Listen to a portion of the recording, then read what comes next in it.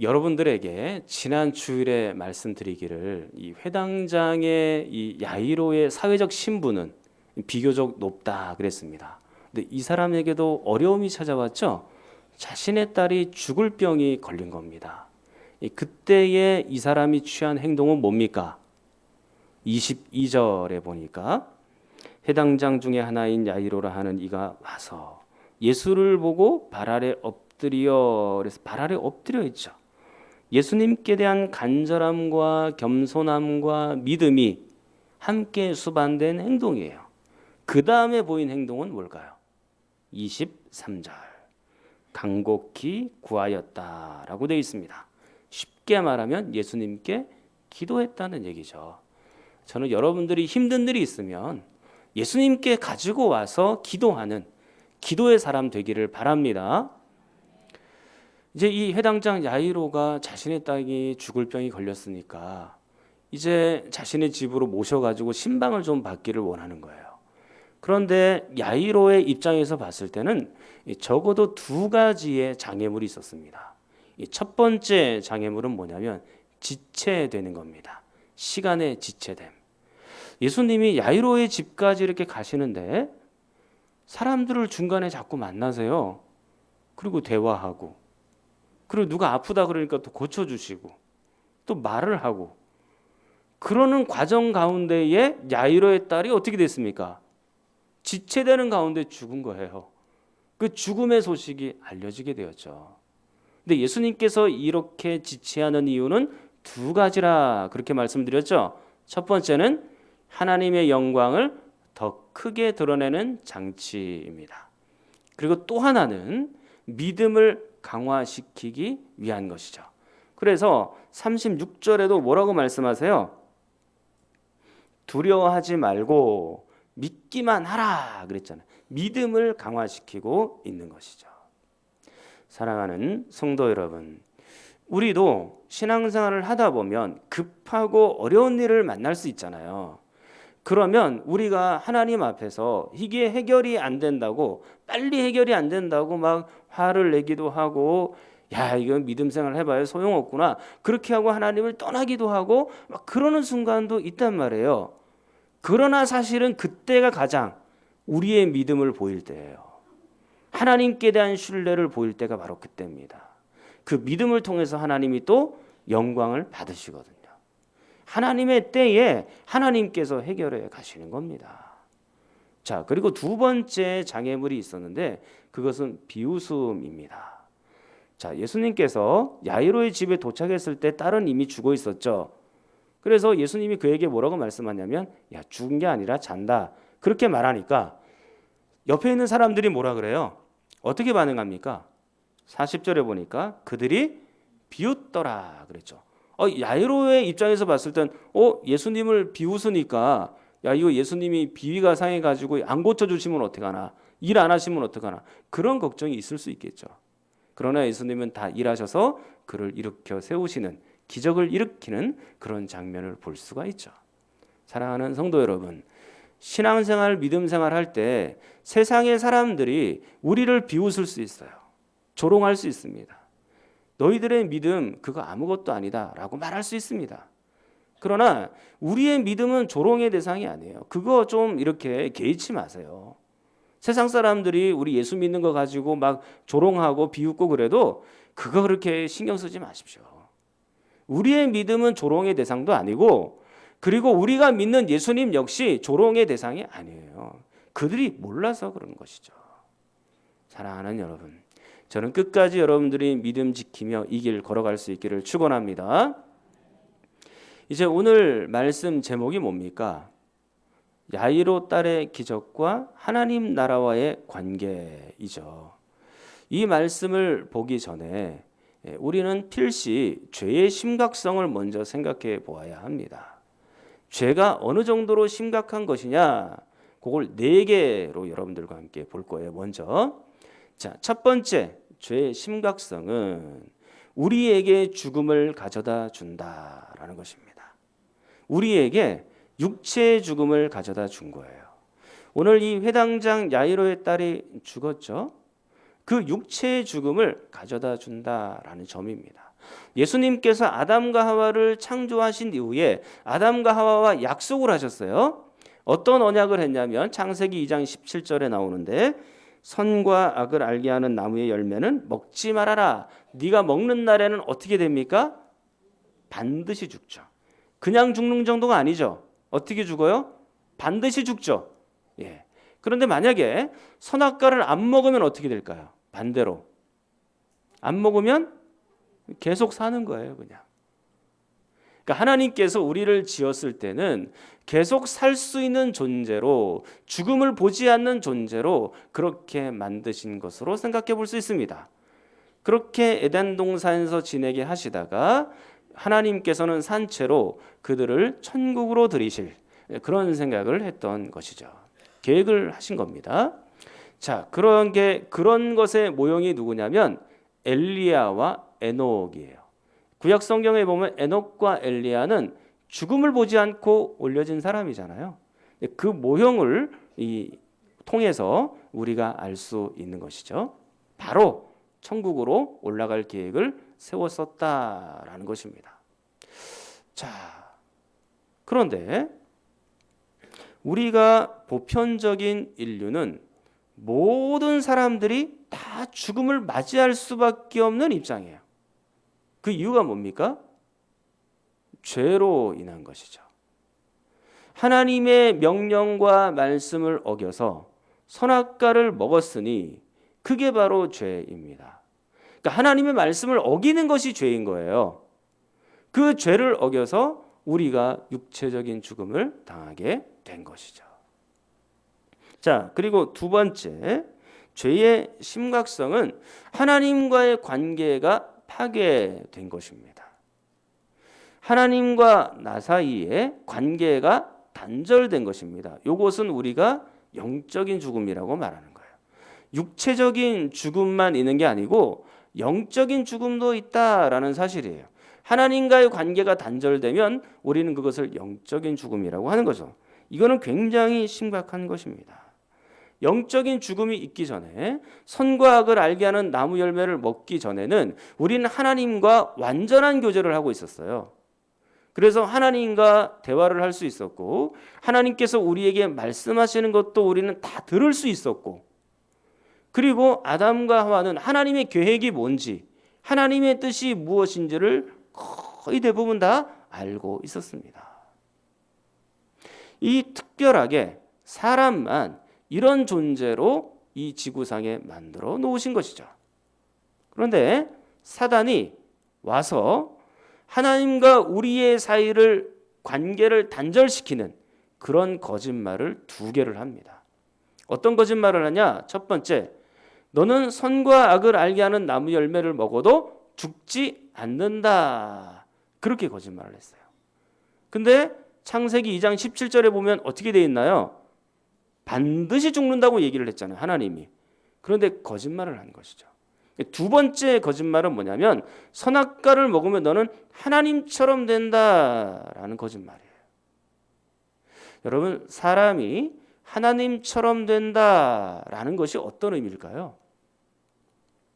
사람에게 너는 하나님처럼 된다, 너는 신이 된다라는 것이 어떤 의미일까요? 하나님이라는 존재는 여러분들이 이미 배웠지만 스스로 존재하는 분이에요. 그래서 누구로부터 창조된 적도 없고 누구로부터 도움을 받지도 않습니다. 받을 필요도 없습니다.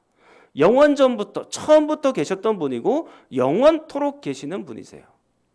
그리고 그분은 삼위일체 하나님이 완전한 만족과 완전한 기쁨과 완전한 행복을 누리면서 살아가시는 분이시죠. 자가 발전하는 거예요. 자기의 기쁨이 누구에 의해서 있는 게 아니고 당신 스스로 항상 기뻐하고 만족할 수 있는 것이죠. 누구에게 기대는 존재가 아닙니다. 그런데 지금 사단이 와서 사람에게 너는 신과 같이 될 거야, 하나님과 같이 될 거야. 그러면 어떻게 사람이 생각해 볼 수 있냐면, 야, 나는 이제까지 하나님을 의존해서 행복하게 살았는데 이제 하나님과의 관계를 끊어도 나는 행복해질 수 있구나. 나는 스스로 신처럼 존재할 수 있구나. 스스로 살아갈 수 있는 존재구나. 주체성을 가지고 살 수 있는 존재구나. 아담과 하와는 그렇게 생각을 했던 것이죠. 이 사단의 거짓말만 믿고 그대로 사단의 말을 따라서 선과 악을 알게 하는 나무 열매를 먹고 만 것이죠. 자, 그렇게 죄를 지었을 때 정말로 인류가 행복해졌습니까? 많은 사람들이 스스로 말하는 신이 되었고 인간이 하나님으로 다 변했습니까? 아담과 하와가 그렇게 되었습니까? 그게 아니죠. 오히려 창세기 3장 7절 말씀 또 8절 말씀에 의하면 스스로 부끄러움을 느끼고 그리고 하나님의 낯을 피하는 장면이 나와요. 그리고 나서 그 이후로 보면 하나님으로부터 저주를 받는 인생이 된 거죠. 남자들은 종일토록 노동하고 일을 해야만 먹고 살 수 있고 땅은 엉겅퀴를 내기 때문에 그 엉겅퀴를 다 걷어내고 일을 해야 되는 거예요. 농사를 지어야 되는 거예요. 그리고 여자들은 해산의 수고를 얻게 된 것이죠. 그리고 종래에는 사람들이 결국 죽음을, 육체적인 죽음을 맞이하는 존재가 된 겁니다. 그러니까 하나님의 품을 떠나서 하나님과의 관계를 끊고 스스로 나아갔을 때 행복을 찾은 것이 아니고 이런 저주의 상태로 완전히 다 변하게 된 겁니다. 그리고 인간은 신이 되지 못했죠. 오히려 죄인으로 전락돼 있는 것입니다. 이게 영적인 죽음이에요. 하나님과의 관계가 끊어지면 영적인 죽음이 오는 겁니다. 요즘에 이 옛날부터 있어왔던 말이기도 하지만 집을 떠나면 고생이다라는 아주 유명한 말이 있죠. 근데 요즘에 이 젊은이들은 개자를 많이 붙여요. 그래가지고 뭐라고 표현하냐면 집 떠나면 개고생이다 그렇게 얘기를 해요. 이 개자라는 말을 붙이는 게 저도 이렇게 탐탁치는 않아요. 근데 젊은이들이 하도 그렇게 붙이니까. 근데 하나님의 품을 떠나면 죽음인데 어떤 죽음이에요? 개죽음이에요. 하나님의 품을 떠나면 죽음이에요. 하나님과의 관계가 끊어진 것을 우리는 영적인 죽음이라고 얘기하는 것입니다. 아주 심각한 것이죠. 세 번째의 죄의 심각성은 예수 그리스도를 죽게 하신다라는 겁니다. 여러분, 예수 그리스도께서 어떤 분인가요? 하나님이시잖아요. 삼위일체 그 2위 되신 하나님 예수 그리스도, 성자 예수 그리스도께서 십자가에서 죽으실 만큼 그 죄는 매우 심각한 거예요. 우리 모든 인류가 다 십자가에 한 명씩 달려서 죽는다 할지라도 갚지 못하는 그런 죄입니다. 과거의 인류 그리고 현재 이 모든 인류가 인구가 몇 명입니까? 현재 지구상에 75억 명이 산다 그래요. 그리고 앞으로 미래에 올 인류 모든 사람들을 다 합쳐서 십자가에 달려 놓아도 절대 그 죄를 우리가 속할 수 없는 그런 엄청난 심각함이 여기에 있는 것이죠. 그래서 예수 그리스도께서 십자가에 달려 돌아가신 거예요. 자, 네 번째 죄의 심각성은 그것은 바로 무지라는 것입니다. 모른다는 것이죠. 왜 예수 그리스도께서 죽으신 것인지, 그리고 왜 인간들이 육체적인 죽음을 당하는 것인지, 왜 하나님과의 관계가 끊어지면 이게 영적인 죽음이라서 심각한 것인지 그걸 모르고 살아가는 거예요. 하나님의 진노 아래 사람들이 있다는 것도 모릅니다.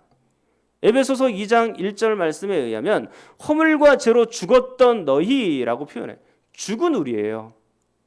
그리고 에베소서 2장 3절에 보면 본질상 진노의 자녀예요. 하나님의 진노를 받고 살아가는 사람들이다라는 겁니다. 에베소서 2장 8절에 허물로 죽은 우리라고 표현되어 있습니다. 로마서 5장 10절 말씀에 의하면 하나님과 우리 사이가 원수 사이라고 말씀해요. 그러니까 이게 얼마나 심각한 거예요. 그런데 이 심각한 상황들을 모르고 사람들이 살아가요. 그저 자기의 인생에만 집중할 뿐입니다. 어떻게 하면 세상에서 잘 살까? 어떻게 하면 세상에서 성공할까? 내 자녀들이 어떻게 좋은 대학 가고 좋은 취직을 하고 그리고 내가 이 땅 위에서 얼마나 배부르게 살 것인가. 그것만 걱정하고 그것만 생각하죠. 그것에 세상에서 지내는 것에 대해서는 너무나도 많이 투자하고 너무나도 많은 시간을 보내고 세상을 위해서는 너무나도 많은 물질에 돈을 쓰는데 우리의 영혼을 위해서는 사람들의 영혼을 위해서는 그렇게 하지 않습니다. 지금 우리가 80년 살아가는 이 인생을 최고의 헌신으로 이 땅에서 지낼 때 모든 것들을 다 투자하지만 영원한 세계를 위해서는 투자하지 않아요. 바로 앞을 못 보는, 바로 앞에만 보고 멀리 내다보지를 못하는 거예요. 이게 얼마나 안타까운 무지예요.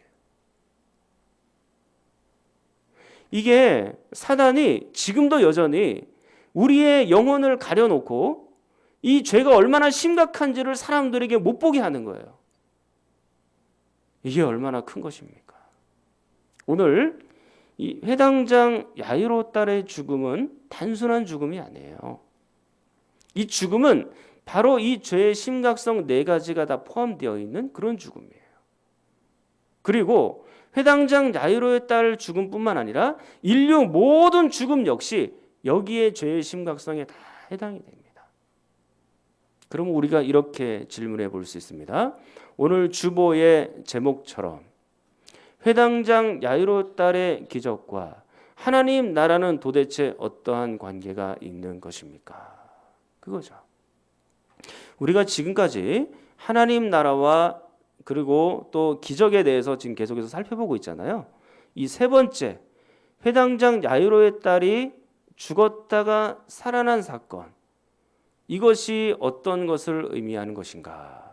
자, 한번 따라하겠습니다. 죽음의 정복. 죽음의 정복. 다시 한번요. 사망의 정복. 사망의 정복. 그러니까 하나님 나라가 임하면 사망이 정복된다는 거예요. 하나님의 나라가 임하면 죽음이 정복되고 생명이 들어오는 거예요. 하나님 나라의 왕이 예수 그리스도신데 예수 그리스도가 가시면 그곳에 참된 생명과 영생이 들어온다라는 걸 우리에게 보여주고 있는 거예요. 무엇을 통해서? 회당장 야이로 딸의 기적을 통하여. 이 딸이 죽었다가 살아난 사건은 단순한 사건이 아니고 하나님 나라가 임하면 예수 그리스도께서 도착하면 모든 죽음이 정복된다라는 것을 우리에게 보여주고 있는 확실한 증거다라고 말씀드리는 것입니다. 자, 성경을 한번 찾아볼게요. 제가 한번 읽어드리겠습니다. 로마서 5장 17절. 한 사람의 범죄로 말미암아 사망이 그 한 사람을 통하여 왕노릇하였은즉 더욱 은혜와 의의 선물을 넘치게 받는 자들은 한 분 예수 그리스도를 통하여 생명 안에서 왕노릇하리로다. 그렇게 말씀드리고 있습니다. 여러분, 처음에 나온 한 사람은 누굽니까? 아담이에요. 아담. 처음에 등장하는 아담은 그 아담이 범죄하여 이 땅에 사망이 들어왔죠. 그 죽음이 모든 인류를 완전히 다 지배하여 모든 사람들이 사망의 권력 앞에 무릎 꿇고 있습니다. 다 죽는 거죠. 사망이 왕노릇한 거예요. 그러나 예수 그리스도 한 분이 우리에게 당도하여 그 다음에 들어온 것은 뭡니까? 생명이 왕노릇하게 되었다라고 말씀하고 있지 않습니까? 그러니까 사망이 정복되고 생명이 우리 가운데 들어온 거예요.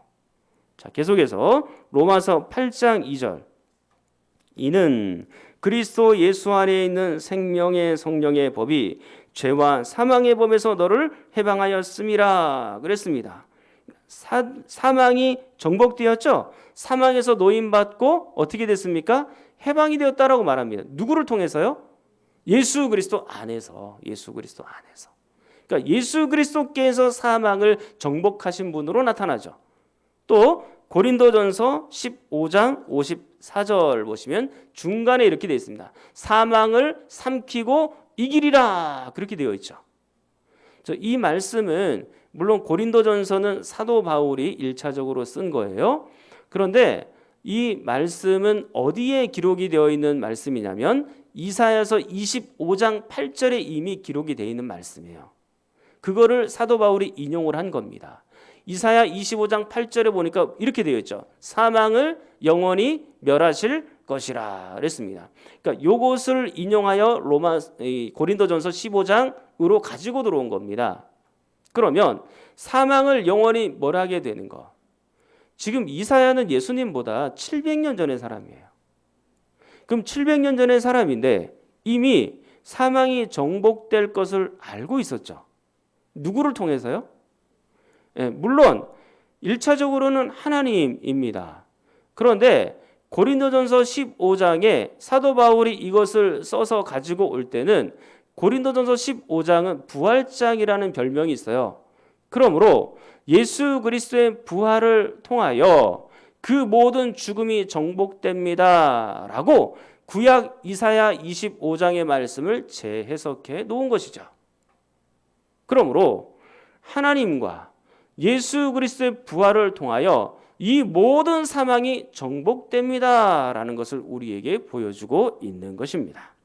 그리고 오늘 이 야이로 딸의 죽음은 그 사망이 정복되고 다시 그를 살릴 수 있는 하나의 소망을 우리에게 비춰주고 있는 것이죠. 우리 인류 역시 마찬가지입니다. 인류 역시 육체의 죽음을 비록 지금은 당하기는 하지만 예수 그리스도께서 다시 재림하시면 육체적인 죽음이 없는 그런 시기가 오고 그리고 영적인 죽음까지도 완전히 끝내게 되는 그런 순간이 오는 것입니다. 하나님과의 관계가 다시 한번 모든 것이 회복되는 것이죠. 그러나 인간 편에서 봤을 때 아직 한 가지 중요한 사실이 남아있어요. 이렇게 질문을 볼 수 있거든요. 그러면 목사님, 모든 인류가 다 사망을 정복한 것입니까? 과거, 현재, 미래, 현재도 75억 명의 사람이 살고 있는데 이 75억 명의 모든 사람들이 다 죽음을 정복한 건가요? 이렇게 물어볼 수 있죠. 이것에 대한 답변은요. 요한복음 5장 24절로 드리도록 하겠습니다. 자, 요한복음 5장 24절 여러분이 한번 읽어볼게요. 자, 24절. 자, 여기 있으니까요. 그냥 읽으시면 됩니다. 시작.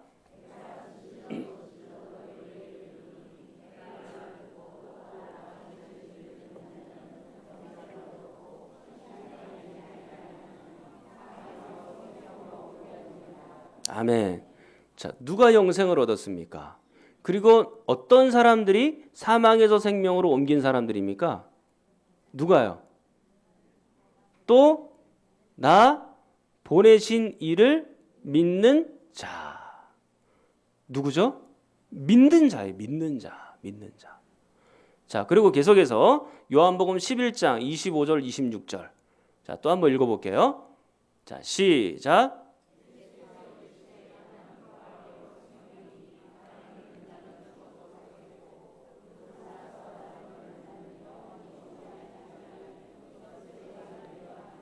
예, 죽어도 사는 사람이 어떤 사람들입니까? 그리고 영원히 죽지 않은 사람이 누굽니까? 믿는 자예요. 믿는 자, 믿는 자. 그러니까 하나님 아버지를 믿는 자, 예수 그리스도를 믿는 자가 사망을 정복하고 생명을 얻게 된다라고 말씀해 놓고 있습니다. 그러니까 모든 인류가 다 사망을 정복한 게 아니에요. 모든 인류가 다 영적인 죽음에서 해방이 되는 게 아닙니다. 누가요? 믿는 자만 해방되는 거예요. 믿는 자만. 예수 그리스도께서 사망을 정복할 수 있다고 하는 믿음, 그리고 예수 그리스도께서 부활하셨다고 하는 믿음, 그리고 예수 그리스도께서 우리도 언젠가는 육체의 부활로 함께 하실 거라는 믿음, 그 믿음이 있는 사람이 바로 사망을 정복한 사람이라고 말하는 것이죠. 사랑하는 성도 여러분, 여러분들에게 또 한번 묻겠습니다. 여러분들은 예수 그리스도를 믿으십니까? 여러분들은 예수 그리스도께서 사망을 정복하셨다는 사실을 믿으십니까? 여러분들은 예수 그리스도께서 여러분을 언젠가는 또 부활시키리라는 그런 믿음을 가지고 계십니까? 사실 제가 여러분들에게 이렇게 강요하고 여러분들에게 계속해서 강조한다 할지라도 안 믿어지는 사람은 또 안 믿어져요. 제가 어떻게 할 수 있는 부분은 아니에요. 그러나 여러분들의 계속해서 구원의 말씀, 이 부활의 말씀, 죽음을 정복한 말씀을 여러분들에게 해드려서 여러분들의 영혼에 각성이 일어나고 우리 하나님께서 여러분들을 구원하시기를 바라는 그런 간절한 마음으로 말씀드리는 겁니다. 저는 여러분들과 함께 천국 갔으면 좋겠어요. 나 혼자 천국 가는 것보다 여러분들과 함께 손잡고 가는 게 좋잖아요. 우리 만수원교회에 속한 모든 성도들이 함께 마지막에는 천국에서 그 만날 날을 기다리고 간절히 사모하는 겁니다. 그래서 여러분들에게 또 강조하고 또 강조하죠. 오늘 말씀을 정리하겠습니다.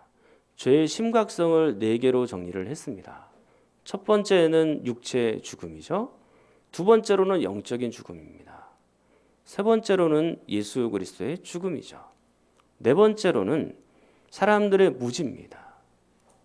아직도 죄의 심각한 것을 모르는 사람들이 많죠.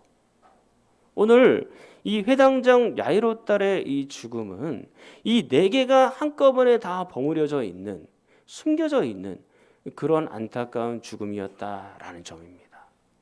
그런데 예수 그리스도께서 그 소녀를 일으켜 세우시죠. 기적을 일으키시죠. 부활시키시죠.